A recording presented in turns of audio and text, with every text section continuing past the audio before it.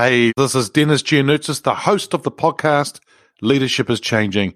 This is a special episode. It's the 300th episode, and I have two special friends who have joined me for this special episode.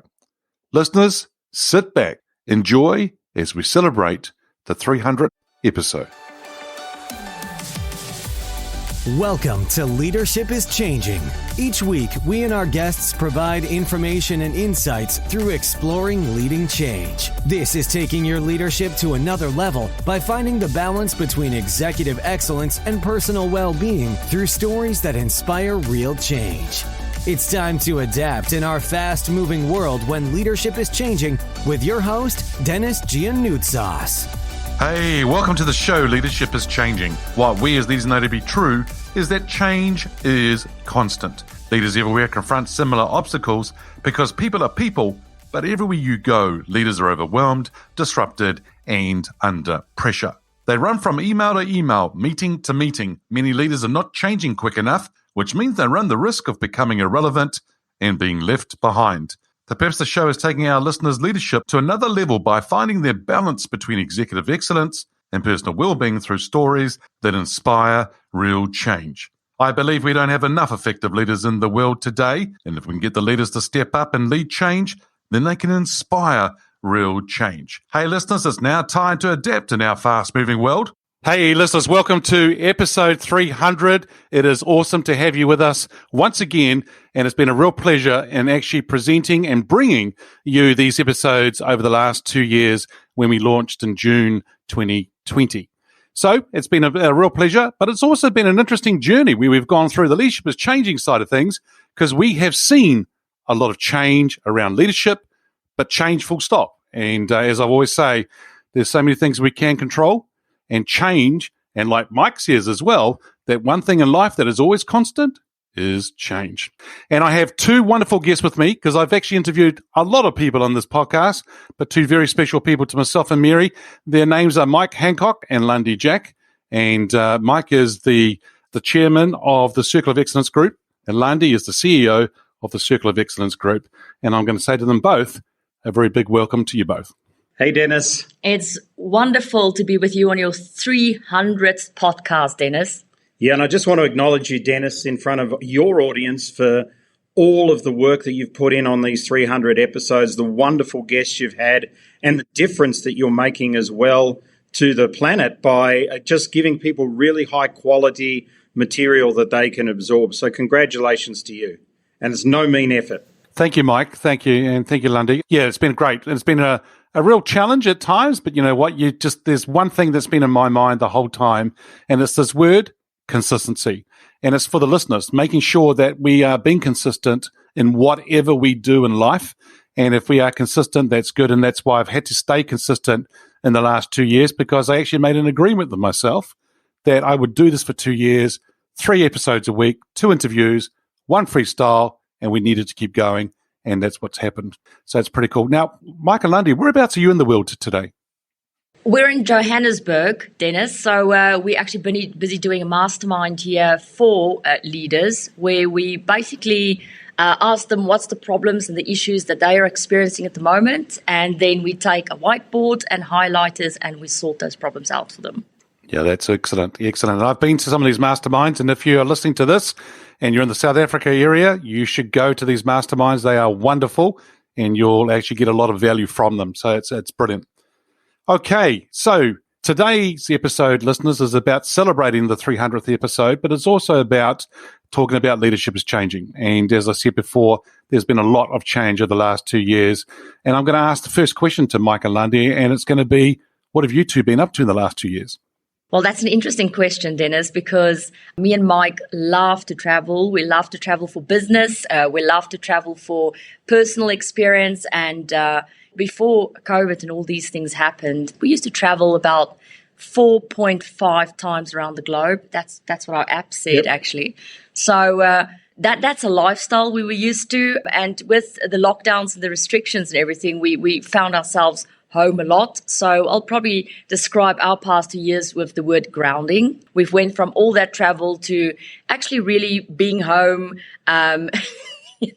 I laugh and say, we went from 4.5 times around the world to actually standing in front of a washing machine and trying to figure out how the thing works. But we've really used this time to our advantage to actually make more of a transition from the personal development industry to more of the educational industry so that we can bring some of our business intelligence to the masses. We use the time to get certifications and accreditations, something we find a lot with a lot of leaders at the moment seeking for more credibility so that people can trust them with what they're doing. And in the past 6 months, I can report with our community around the world, it seems as if events really are opening up again. Corporate budgets are opening up again. So we find ourselves playing more and more in that space. Yeah, that's good. And it's interesting how, our lives have changed and you've been traveling so much and now grounded and then now starting to come back as well, which is good. And a lot of people, it's good to see some people are not sitting down on the couch all day just watching Netflix. They actually are doing something with their lives. They're wanting to have that credibility, grow that credibility, upskill themselves and go off and be better leaders or go off and become more effective leaders, which is wonderful to see. Mike, how about you? Well, I think I just literally follow Landi around the kitchen, getting reacquainted with it. So that's been it. But quite honestly, Dennis, I think a lot's changing in 2022 and probably in countries like New Zealand and Australia that really don't get going until after sort of 1st of February. I think now that we've sped up and we've got through March and Easter and things like that, I think, we're really seeing corporate budgets free up. I mean, our diary is full of meetings with CEOs. And yesterday I was doing a Zoom meeting with one of the leading banks in Tanzania. And it's all leadership stuff because leaders are stuck at the moment. And the word on the street that we're getting directly from CEOs is they have no idea what to do.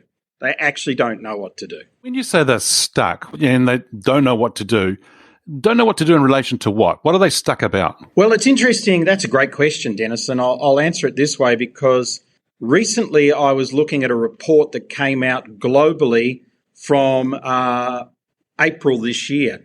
And I've got a statistic here. I'm just going to actually read it to you because I knew you'd ask some tough questions, so I thought I'd look this up. How's this for a statistic? Globally, 45,000 companies surveyed, right?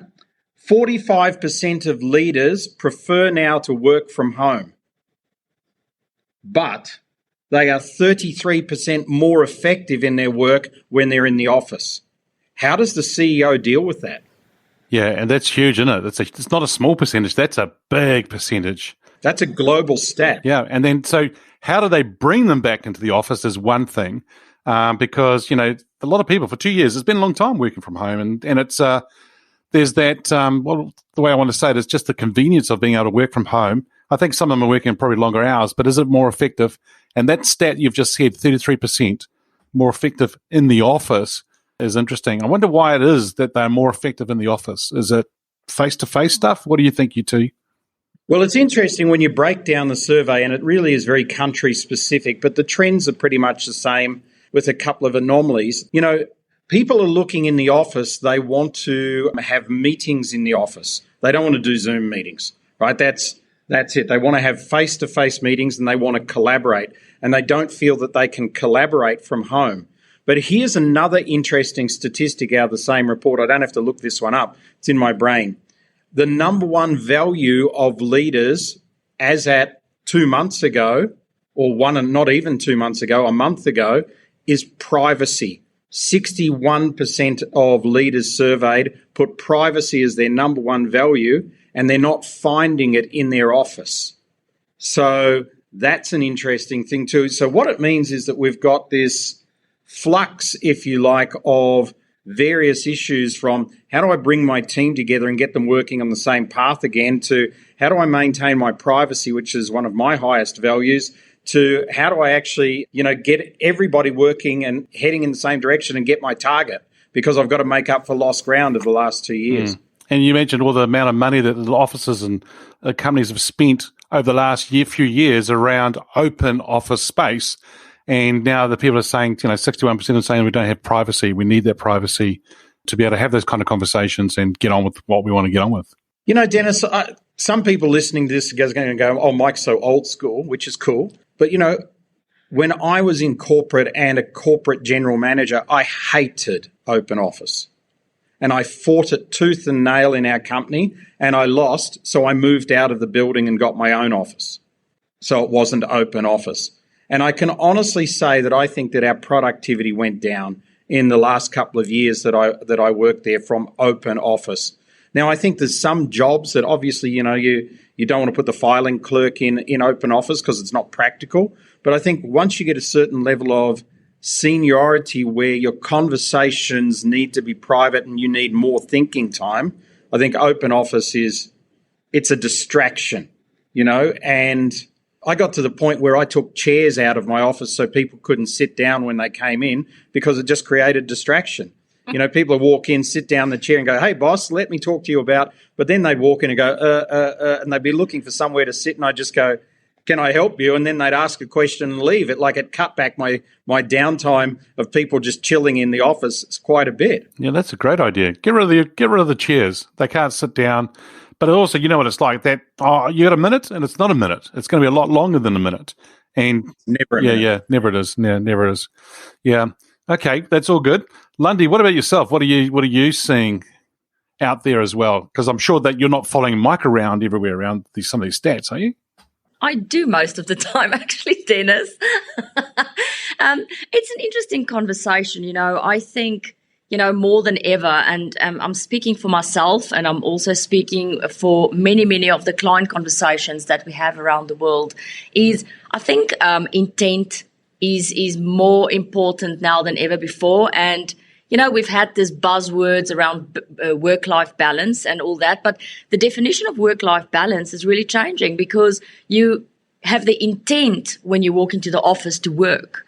And when you walk into your house, you intend to have a personal experience, whether that's cooking or whether that is having friends over, whatever. So previously, work-life balance meant making sure that you give enough time for work and enough time for life. But now that's become quite a physical thing. We're now talking about actual locations. And I mean, me and Mike has definitely noticed with our travel, we would sit working in a hotel foyer, or we would sit working in a boardroom, or we would sit working at those type of places. And that made intent very easy for us because you sit down, you open your laptop or your mobile phone and you have a goal and you finish that goal, you get up and you move on. The office spaces did give us that. But now, in the past 2 years, we've noticed working from home, the incredible frustration around it because your intent gets completely muffled. The one moment you're working on the goal, the next moment, your doggy wants a biscuit. The next moment, there is the washing machine that finished. The next moment, you're going for a cafe. So the whole thing is getting slightly distorted. So for us personally, and I don't want to speak for Mike here, but the theme has really been, and I find myself not only having this as a theme for us, but the conversations we're having with leaders is self-discipline. Self-discipline has become more prominent and one of the more super skills than ever before. I have so much respect for what you said in the beginning, Dennis. You made a pact with yourself on consistency. You're going to consistently deliver to your clients. Now that is self-discipline. And that's where me personally, where I see leaders really changing, checking in with themselves and having the self-discipline conversation. When I'm at work, am I working? When I'm at home, am I spending time with family? And if I have to work from home, am I still actually working? And do I know where to put the boundaries down for family? And for us, Dennis, I mean, it got to the point because we're so used to working on the road, as Landi said, that Landi said to me at probably start of 2021, we need to go buy an office. So as you know, we literally had to go and buy an office so that we could get up and go somewhere to work every day rather than just be home. And we're not lazy people, but we felt that after 2 years of being located at home, it was becoming distracting. So we had to go somewhere. So we figured, why not buy an office? It's only 2 kilometres from our house, but, it's somewhere to go. And it's also somewhere, as importantly, for our staff to go. Yeah.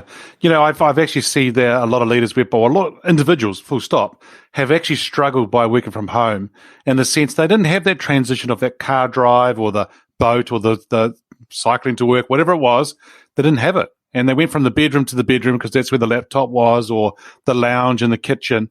and they struggled. But what do you think, both of you? I mean, what do you think in the way of how leaders are coping now that the pandemic, I'm going to call it coming to an end or not as severe as it was before? How are people coping with that? You know, how, Mike, you talked about that stat of bringing people back into the office, right? How are they coping at the moment? Well, it's a great question, Dennis. And I think, you said it before, but change is the only constant in the universe. So I would say the answer to your question is don't use this as a cop-out. So, it's easy to have this as a cop-out. I've just been flicking through my diary looking at what's coming up before this. And we're doing some work with a company in South Africa at the moment who's 90,000 staff. They're in the top 1% in the world in culture. They've got the award. They're in the top 1%. They're a great company. Everybody knows who they are. We met with their CEO a few weeks back, and the work that we're doing with them is based around 3 words. And how's this for a major corporate? Could you imagine this 5 years ago or 10 years ago? But I'm telling you, this is why they're leading. Connection, collaboration, and consciousness. That's what they want their leadership to understand in the next 6 months. Connection, collaboration, and consciousness. So when I come back to your question, I think for a lot of people who aren't taking leadership seriously enough, they'll look at this with a problem mind. And Landi has a saying of which wolf do you feed, the white wolf or the dark wolf? Maybe you'd like to explain that one a little bit. I will.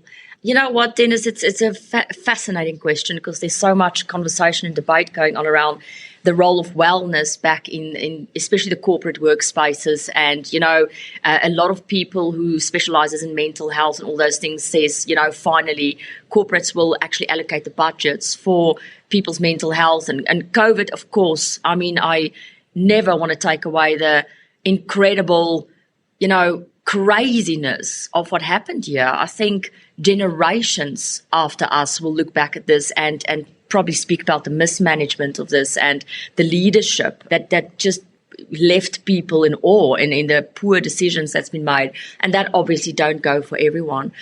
What I've noticed, again, and I'm really talking about working with our clients and having these conversations with them around the world, that's the pool from which I'm drawing my intelligence that I'm sharing with you, is that, I've noticed if a person before COVID had mental health issues and issues with coping and resilience, that worsened. And I've noticed people who couldn't deal with typical life disasters like divorce or the death of a loved one or whatever. The same issues still exist. So it's just enhanced in some people. So some people were already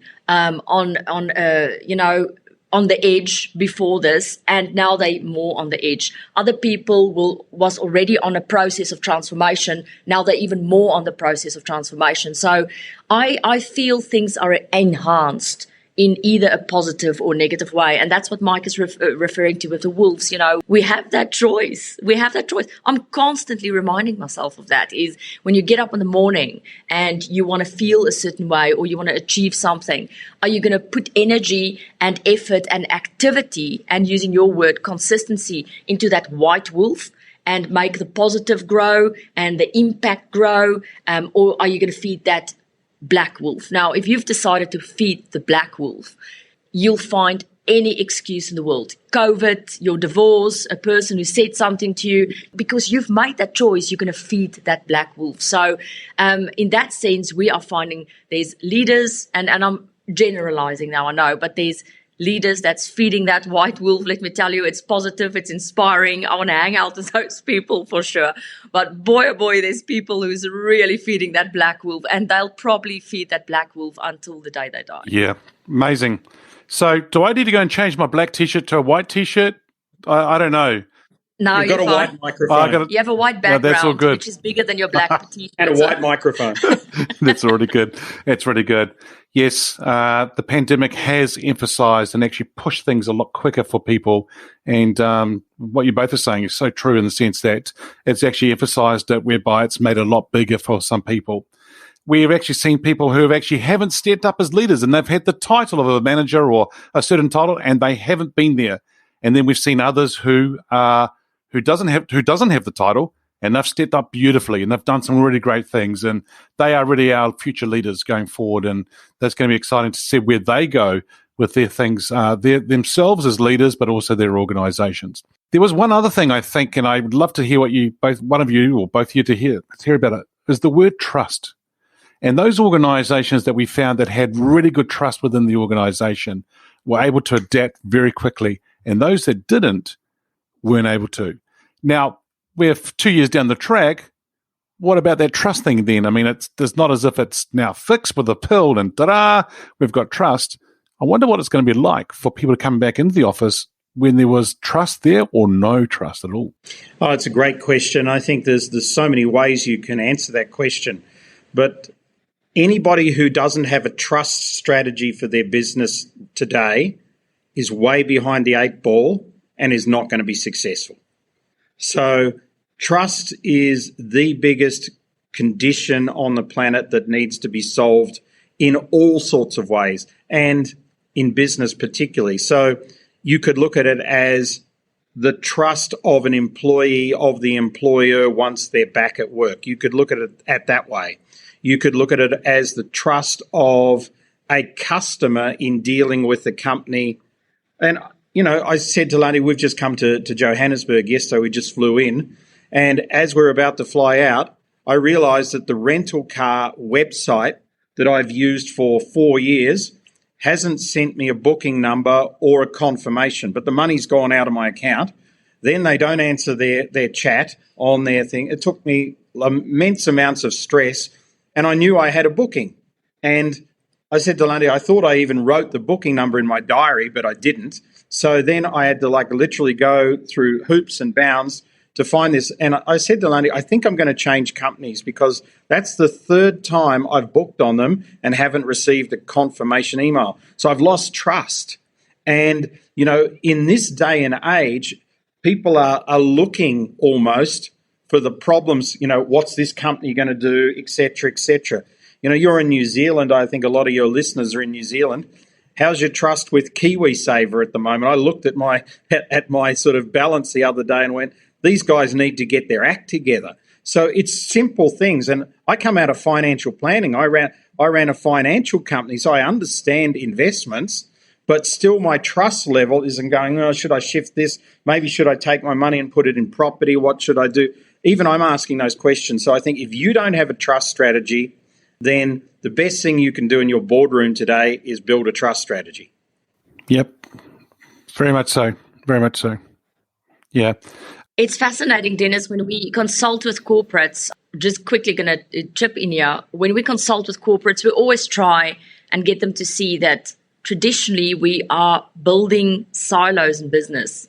We have a HR department, we have an IT department, we have a sales department, we have all those things. And even in a corporate setup or in a corporate environment, the issue is to get the different departments to trust each other and to love each other and to communicate with each other so that information can flow. So when I hear the word trust, I think of Greek intelligence, right? I mean, this is the intelligence that's been coming from the Greek for years and years, for eons, centuries. What is Greek intelligence? It's we're all a family. So unless we start operating in business like we're all a family, which means we laugh together, we cry together, we get down to frickin' business and we just make it work. We're just going to continue working in silos and there's going to be trust issues. Yep. And what did we do when we went into lockdown? Oh, let's continue that silo and we'll call it bubbles. Stay in your bubble. And we just continued it going right through. But you're right. I mean, it's we need to work right across all functions, all silos within the organization to help the organization move forward for sure. Hey, if there was one insight that you've had for yourself personally over the last 2 years, what would it be, Mike? What would be, Landi? What would be one of your biggest insights? Okay. Biggest insight for me over the last 2 years is how easy people believe the media. And I really think that that's destructive. Now, Dennis, you're a media figure these days, so I have to be kind to you, right? But quite seriously, I think what people have learned, and I've talked to so many people that are top leaders about this, is you have to trust what's in your heart. You have to trust your own intuition. You have to trust your own internal compass. You know, it's. I walked into a hotel the other day and CNN was playing. I didn't even look at it because I just thought whatever I'm looking at here is just not going to be true. So, you know, that's my level of trust now with the media. So my biggest thing that I've learned here is, Mike Handcock, you need to trust and back yourself 100%, not what any government, media, or something like that is telling you is going on in the world, because you actually know what's going on in your world, and that's more important. Yep. Yeah, good. I like it. I really like it. And Landi, how about you? Yep.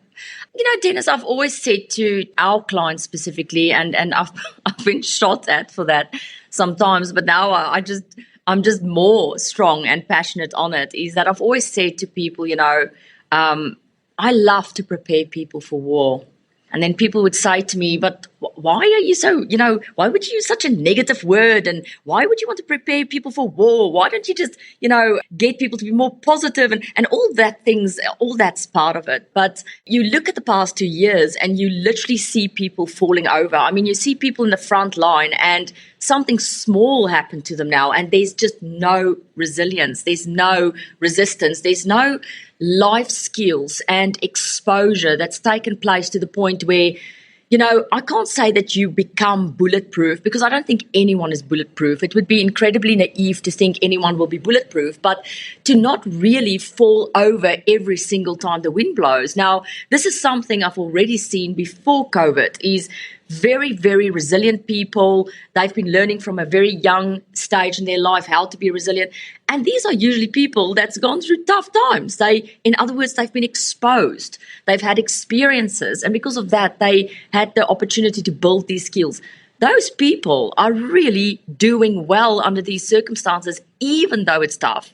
And then you now see the rise of the, let's call it, complete exposed, complete vulnerable. There's every small thing that happens makes them blow over. So I still feel, and my insight has been emphasized, is that we need to prepare leaders for war. And I'm not necessarily talking about the war in Ukraine or the war when a pandemic strikes. I'm talking about the war that's raging within ourselves. I'm talking about the war that's raging inside your mind. I'm talking about resilience skills here. And I think now with leadership that's changing, it's more relevant and critical than ever that people look in the mirror and work on themselves and make themselves stronger. Yeah, brilliant stuff from both of you.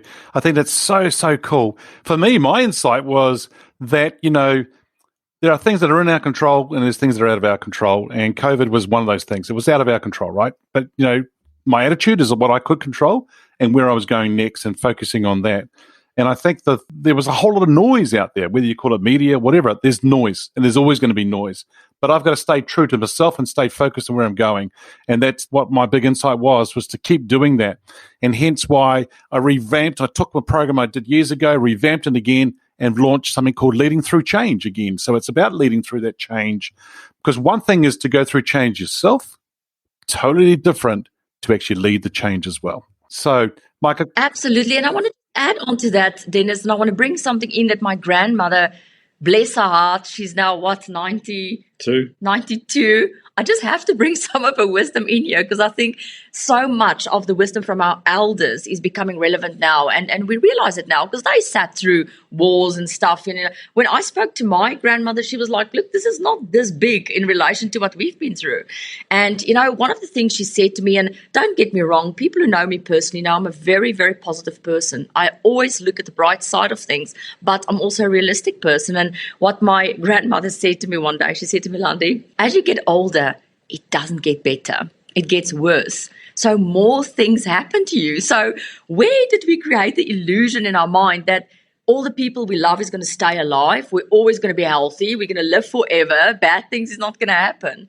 Whereas for me to go and build yourself into more of a resilient being, you are prepared. You're prepared for the good, but you're also prepared for the bad.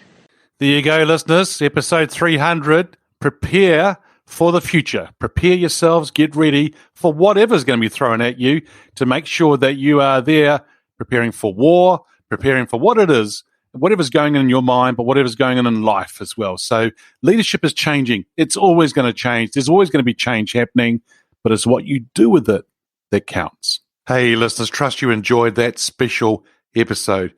A massive thank you to Mike and Landi for joining me on the 300th episode. Listeners, I want to thank you as well for being with me on this journey and listening to the different episodes on the podcast. And also, thank you for your comments, your thoughts that you send through to me and your feedback. I love it. So it's been really enjoyable to see the comments coming through, whether it's on a social media private message or you're ringing me or you're sending me an email. It's an absolute pleasure to see those comments coming through. And for some of you who have put the reviews and the ratings, thank you for doing that as well. It really, really helps. To my guests, for those of you who I've interviewed over the 300th episodes, it's been a real pleasure meeting you and being with you and interviewing you around the topic of leadership is changing. And you have inspired, but also shared beautiful insights and wisdom with the listeners. And I thank you so much for being with me on this journey. Then there's another group of people I need to thank as well who've been part of the journey with me to make it actually happen. To the production team, thank you so much, team, for everything you've done and making this a quality show. And people can tell it's a quality show from what you've done around the production. To the design team that do the podcast cover or the covers for every episode that we put on social media, the audiograms that you create are wonderful. And so thank you very much, team, for your support there as well. To those who have mentored me over the last couple of years in relation to the podcast, thank you to you and thank you for your ongoing support. That leaves one person for me to thank, and that's Mary. I love you so much, Mary. Thank you for your support and being with me on this journey. It's an absolute pleasure to be able to have you with me as we go along the lines of this podcast and to bring a lot more episodes in the future for the listeners. Hey, listeners, what we as leaders know to be true is that change is constant. Change is incredibly scary, especially with the unknown and unfamiliar territory. It's time to adapt in our fast-moving world when leadership is changing. Look out for the episodes as they're being released. Download them, have a listen, put a review and a rating. Feel free to share them with your friends, your family, and your network. Hey, if there's any feedback you'd like to give me about the show, or if there's a question you have for the Ask Dennis Freestyle episode, then send me an email, dennis@leadingchangepartners.com. Hey, listeners, it's always a pleasure being with you. Thanks for tuning in. Until next time, bye for now. Thank you for listening to this episode of Leadership is Changing with your host, Dennis Giannoutsas. Each week, we and our guests provide information and insights through exploring leading change, inspiring executives and leaders to adapt and lead a bigger game in a fast-moving world.